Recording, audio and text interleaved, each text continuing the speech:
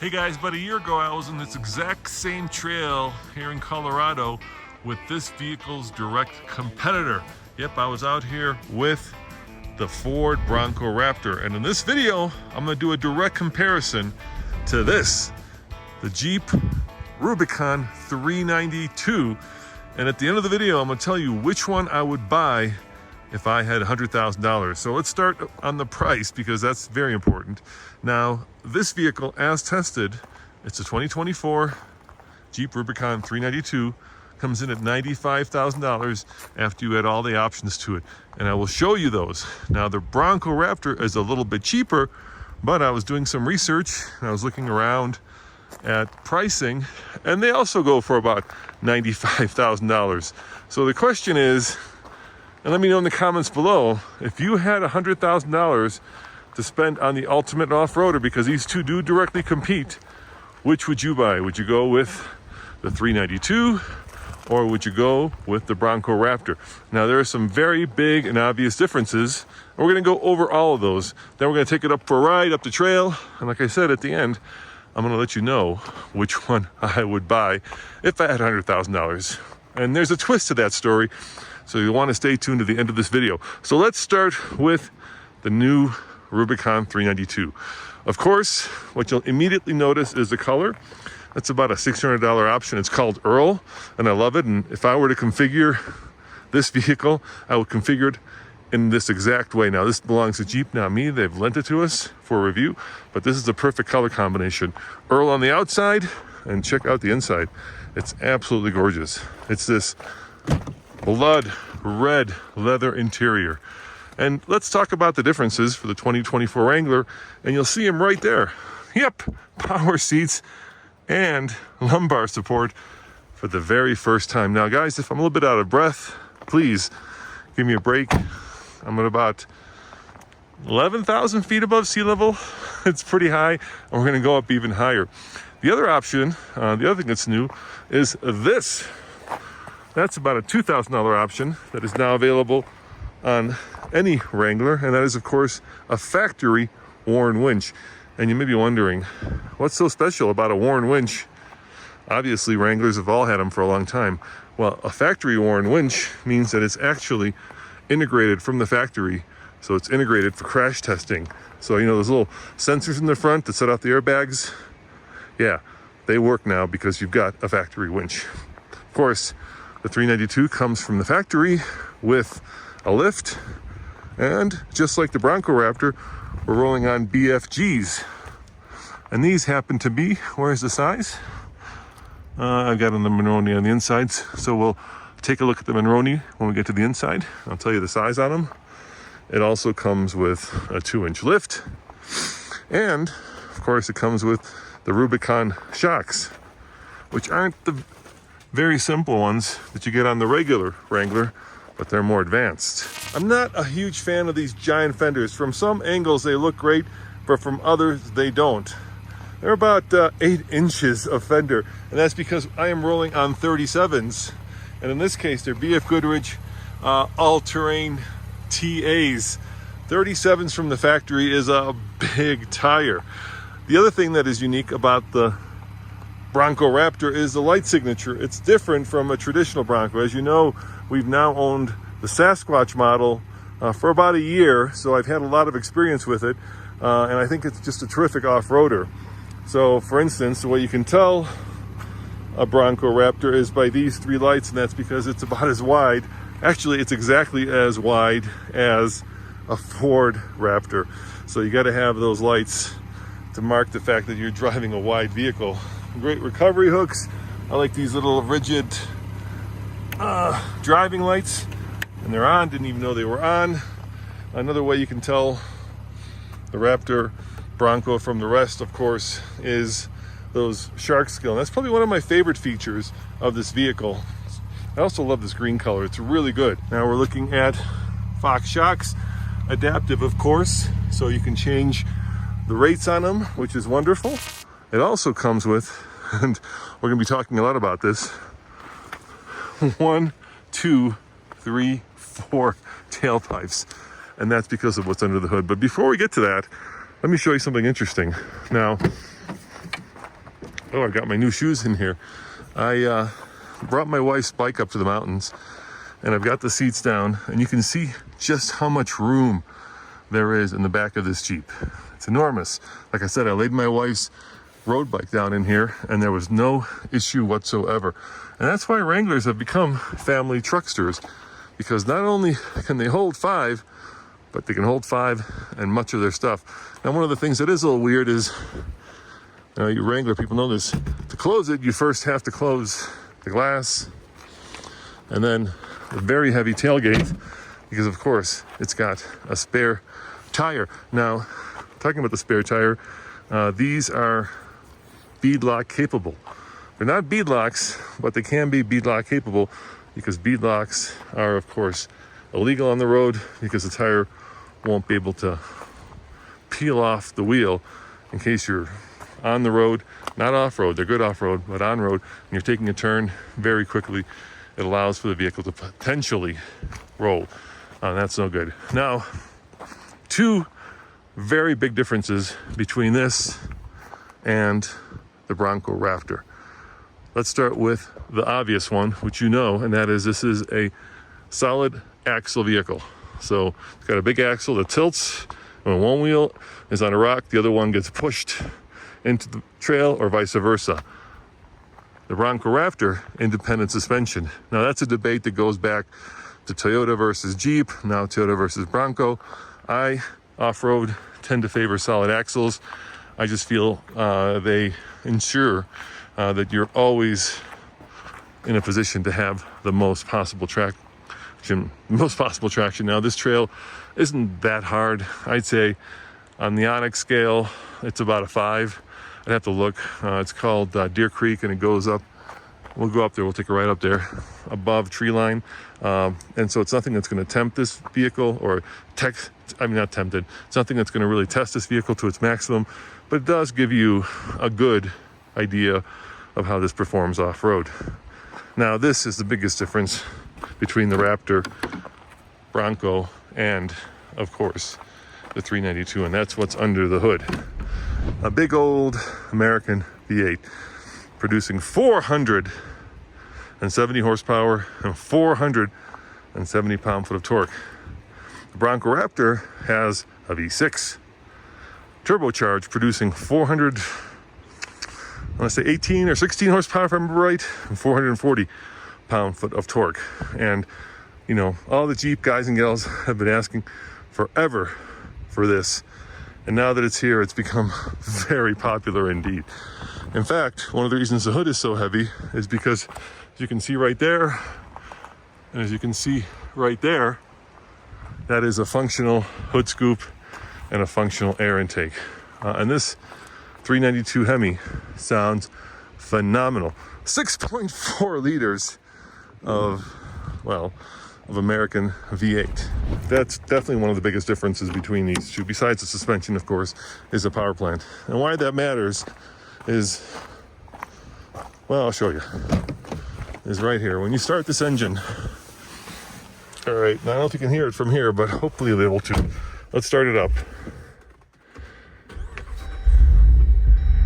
You get this incredible deep-throated burble.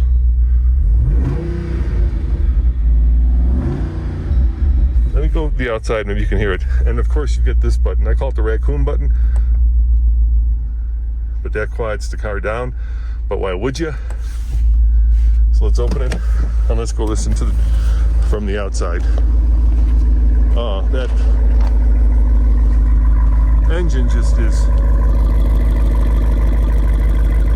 The other difference, of course, quiet it down for a little bit, for 2024 in the Wrangler is this new screen, and you get, of course, much bigger screen. It's Uconnect 5, I believe.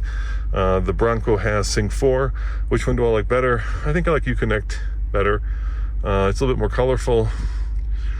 You've got your off-road pages right there, which tells you, what's locked. Accessory gauge is right there. Pitch and roll. Give me pitch and roll, come on. Yeah, I don't love touch screens. And of course the front camera, which you can squared off.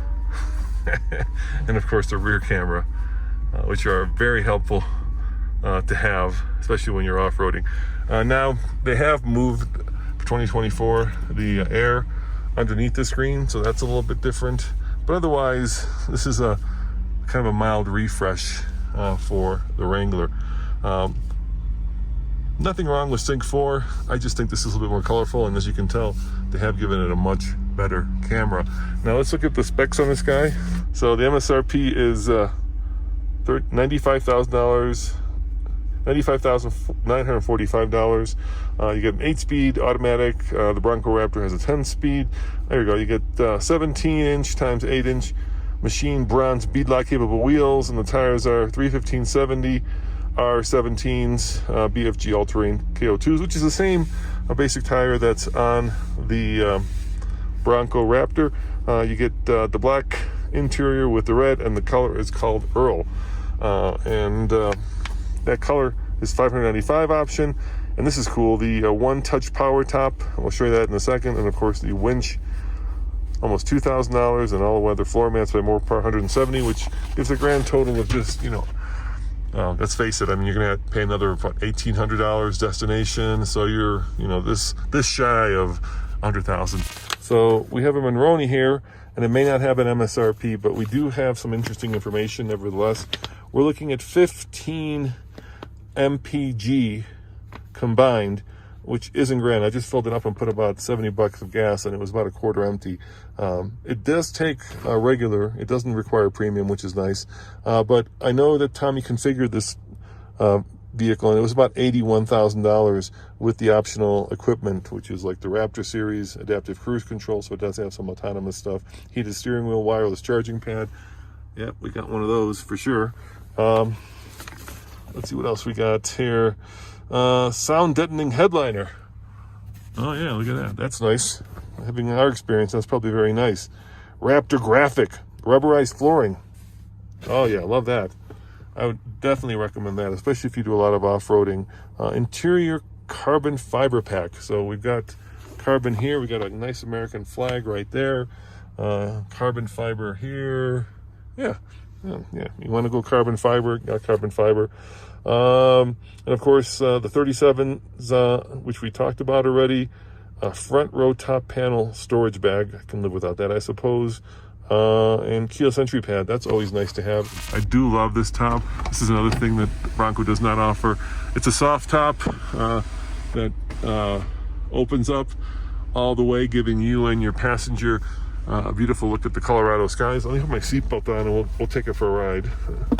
We can talk about kind of the off-road bits of this vehicle. Very hard to put a seatbelt on with one hand, but I've just demonstrated by hitting the phone with the seatbelt. All right, now I'm already in 4 low.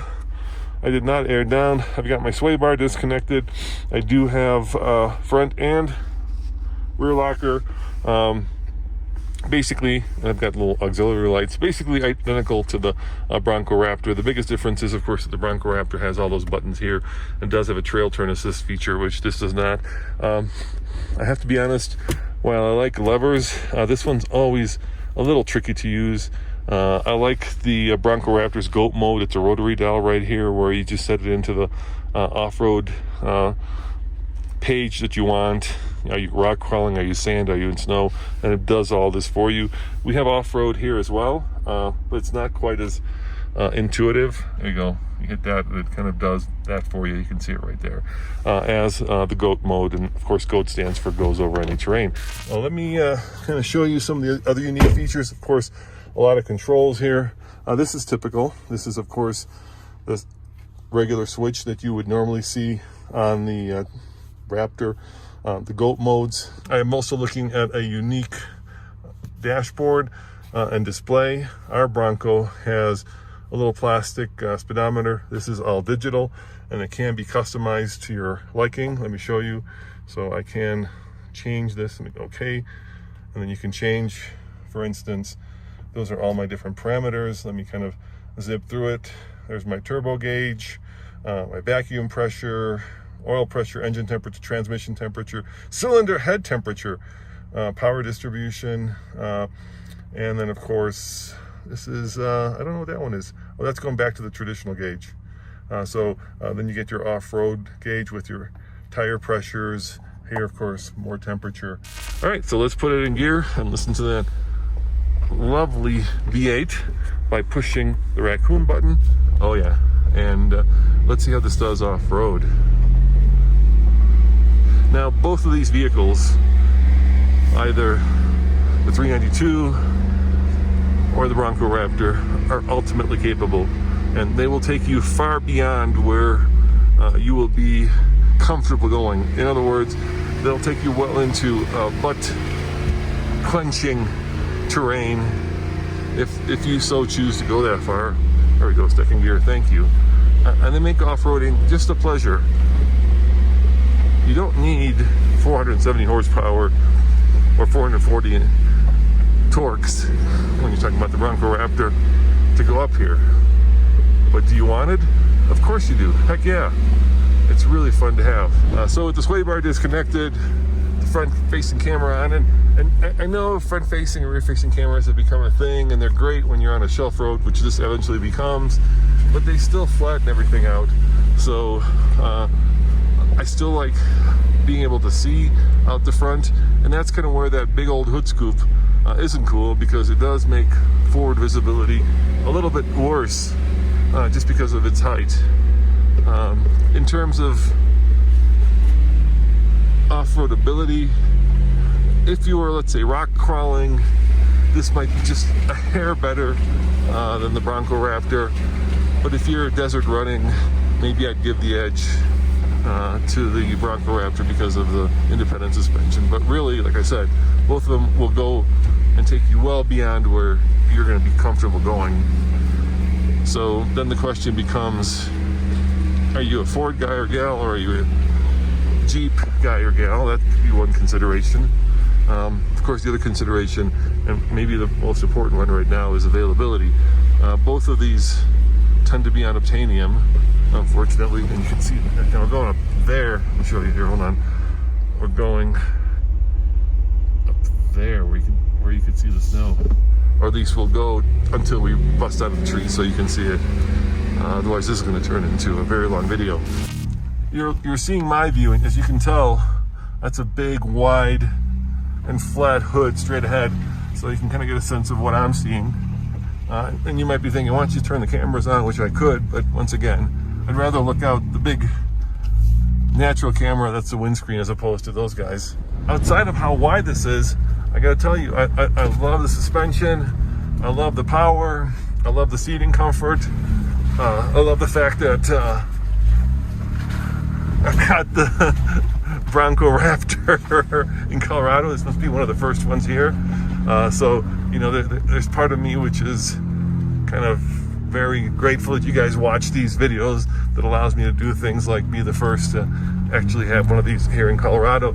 And, you know, let's talk about the elephant in the room, and that is, even at $80,000, I think these are all sold out. And I'm sure that there'll be Ford dealers marking these up. If the regular Bronco is selling for $80,000, let's say it's got an MSRP of ours was $63 for the Sasquatch, then I wouldn't be surprised if you start to see these pop up for $100, maybe $120, maybe even $150. So as both of them tend to be unobtainium, at least if you're living on a regular budget and you don't have a lot of crypto investment, or maybe you do have a lot of crypto investment, I don't know, then the question becomes, you know, is this a game that we're just playing for fun here out on the trail, or is it a game that's for real? I guess for some people it's real, but I think for most of us, this is just kind of a mind game, because like I said, they're both hard to get. Not impossible, but certainly hard to get, and you certainly need to have either a sizable bank deposit or a lot of comfort with a lot of loan. Now I'm kind of going over these big whoop-de-doos, and this thing is just eating it up. Like I said, even though I'm not aired down, because I really don't need to be aired down for this trail, the ride is comfortable. You know, look at my head bob, right? That's a really good indication of how comfortable this is. When you don't out of that, that's no fun. But when you disconnect the sway bar in this, it does a really good job of And you may be pointing at me and saying, the head is still bobbing. Yes, of course it is. It will always do that. But it's not hitting against the side here. And speaking of side, look here. Yeah, side curtain airbags for the first time in a Wrangler. Now there's one other difference that we need to talk about between the Wrangler and the Bronco Raptor, a 392 of course, this vehicle, and that is towing. For 2024, Jeep has increased the towing capability of many Wranglers to 5,000, which is the exact towing capacity of the Bronco Raptor. Unfortunately, not this one. And the reason is, according to Jeep, that they have added a full floating Dana 44 to the back, which allows certain configurations of Wrangler to tow up to 5,000 pounds. But it does not apply to the 392. So go figure. So this one is still at 3,500 pounds. But I would, I guess, caution that number, because that was a really fun turn. Because if you're using this or thinking about using this as a towing rig, it's not great. Well, look at those mirrors. They're fine for on-road, but they're nowhere near what you'd want for it to be towing. So I would highly suggest, if really towing is you're going to do something often. See, this guy's okay. Okay, good. He's okay. Then if you're a Jeep person, look at the Gladiator. And if you're a Ford person, until that Bronco pickup comes along, which Ford is rumored to be working on, go for the new Ranger, which both, by the way, tow a lot more than 5,000. They're both going to be around 7,000 pounds, and they're both going to be set up for towing, and they're both going to be a much better tow rig than either of these two vehicles. So, yeah, there you go. Now, I started this video out by saying, which would I buy? Would I get the Bronco Raptor, or would I get this 392? And I spent the whole week with this vehicle thinking about that very question, and I think I've got an answer that's, good for me. And the answer is, I'd buy this. And the reason for that is, even though the Bronco Raptor in some ways is more refined, I can't get past that big old V8. That 392 number on the hood is just so glorious to hear that exhaust note, and then to feel the power surging from this engine is just something that is, a game changer for me. Now, is this Wrangler more comfortable? No, even with the new electric seats, the Bronco Raptor is more comfortable. It's also wider. They're both about the same length. How about looks-wise? That's another one where I'm going to give it to the 392. And of course, looks are very subjective. Styling is very subjective. But the 392, now we're popping into the open above tree line. You can see the mountain line.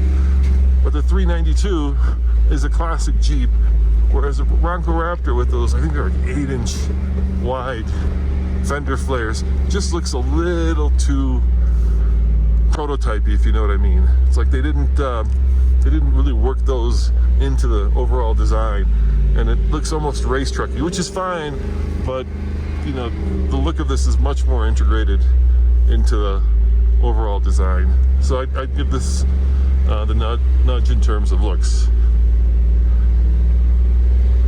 But, and this is a big but, and here we are above tree lines. I'm going to pull over here and we'll finish up this video. But, and like I said, this is a big but. I wouldn't get either if I'm being honest. And here's the thing. Both of these vehicles, both of them are too precious, are too pretty, are too expensive to take off-road. I'm taking this off-road because, well, this is what we do. But I only know one person, and I know a lot of people who wheel, that actually wheels a 392, my friend Steve. And he's a dedicated off-roader. But let's face it, most of these 392s and Bronco Raptors are going to go into someone's collection, or they're going to be used, to have the coolest vehicle to go to the store or pick up the kids. But when you take them off-road, you risk damaging them. You will damage them. You will pinstripe them. You will damage the wheels. That's just what happens. And do you want to do that to a vehicle this expensive? And maybe the answer is, go up on this little hill and then we'll pull over. Maybe the answer is no. So for me, the right one to buy is that 2017 JK that we have back at the office that cost $36,000 and was prepped and done up by AEV. And it's just a really wonderful Jeep because, let's face it, even though it only has a Pentastar, and I say only because, of course, the 392 is huge, it does have one thing that neither this 392 or the Bronco has, and that is the I don't give a hoot about what happens to it, which makes off-roading a lot more fun. Well, there you have it, guys. Thank you for joining me for this beautiful, look at this beautiful ride up to the top of the mountains. I think we're now close to 11, maybe even 12,000 feet above sea level up there. And let me know, what would you rather have, the 392 or the Bronco Raptor? And thanks to our friends at Onyx for sponsoring this video. And I will say ciao, and I'll see you next time. Happy trails.